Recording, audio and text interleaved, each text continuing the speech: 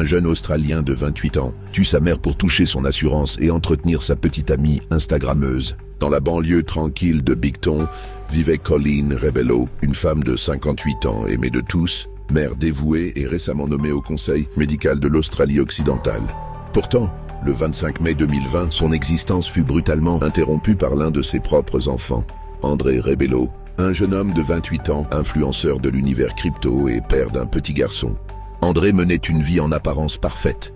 Il partageait son quotidien avec Gracie Piscopo, mannequin populaire sur les réseaux sociaux. Ensemble, ils formaient un couple adulé, exposant avec fierté leur vie luxueuse, voitures exotiques et demeures modernes. Mais derrière l'objectif des caméras et les likes d'Instagram, la réalité était bien plus sombre.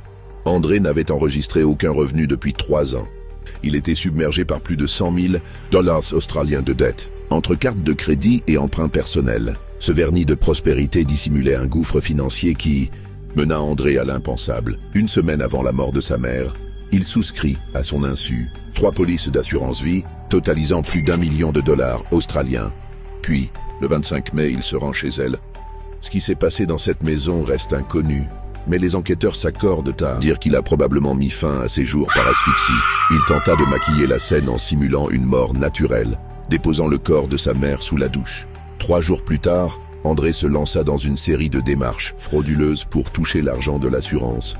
Il falsifia plusieurs documents, dont le testament de sa mère et un faux rapport du coroner. Il fabriqua même une boîte vocale imitant celle d'un prétendu psychologue, attestant de l'état mental stable de sa mère. Tout était orchestré, planifié, mais les compagnies d'assurance flairèrent les incohérences. Les mois passèrent et les soupçons s'accumulèrent. En 2022, André fut arrêté. Son procès, qui s'étendit sur 8 semaines, bouleversa l'opinion publique. Sa sœur jumelle, Monique, livra un témoignage poignant, décrivant leur mère comme une femme généreuse qui aurait tout sacrifié pour ses enfants. Le 5 décembre 2024, André fut reconnu coupable du meurtre de Colleen.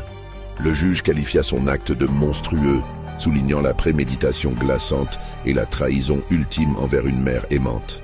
Le 1er avril 2025, il fut condamné à la réclusion criminelle à perpétuité avec une période de sûreté de 25 ans.